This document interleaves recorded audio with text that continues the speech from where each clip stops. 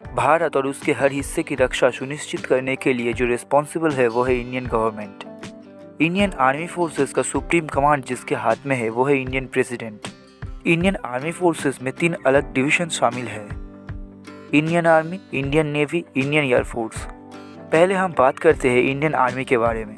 Indian subcontinent ने बहुत सालों से विभिन्न साम्राज्यों द्वारा इंडिया में मिलिट्री पावर का कंट्रोल देखा है। 1947 के बाद जब हमारे इंडिया को इंडिपेंडेंस मिला इंग्लैंड से, तभी से इंडिया में आर्मी फोर्सेस का जन्म हुआ।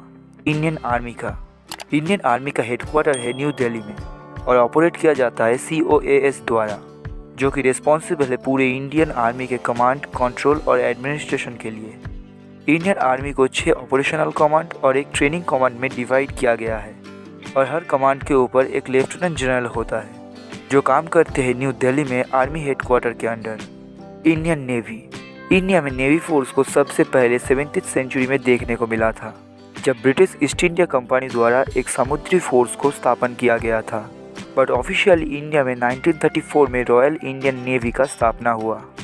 इंडियन नेवी का हेडक्वार्टर है न्यू दिल्ली में और इसे यानी कि इंडियन नेवी को बांटा गया है 3 अलग अलग कमांड में और हर कमांड को ऑपरेट किया जाता है एक फ्लैग ऑफिसर द्वारा।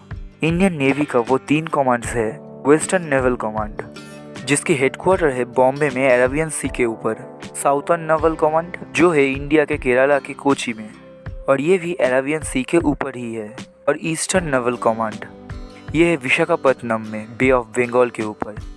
Indian air forces. इंडियन एयरफोर्स का ऑफिशियली स्थापना हुआ था 8 अक्टूबर 1932 को। एयरफोर्स के संस्थापक सदस्यों में से एयर मार्शल सुब्रतो मुखर्जी ने सबसे पहले इंडियन आर्मी के प्रमुख के रूप में पदभार संभाला था। समय बीतने के साथ इंडियन एयरफोर्स ने अपने एयरक्राफ्ट और इक्विपमेंट्स को बड़े पैमाने पर अपग्रेडेशन किया और इंट्रोड्यूस किया 20 नए टाइप का एयरक्राफ्ट्स। 20वीं सदी के अंतिम दशक में शॉर्ट सर्विस कमीशन के लिए महिलाओं को एयरफोर्स में शामिल करने के साथ इंडियन एयरफोर्स में एक अलग तरह का परिवर्तन देखा गया। ये एक ऐसा समय भी था जब वायुसेना ने अब तक का सबसे खतरनाक अभियानों में से कुछ को अंजाम दिया था, लेकिन ये कहानी किसी और दिन करेंगे। आज के लिए बस इतना ही। वीडियो अच्छा लगे तो लाइक और कमेंट कर देना और चैनल को एक सब्सक्राइब भी कर लेना।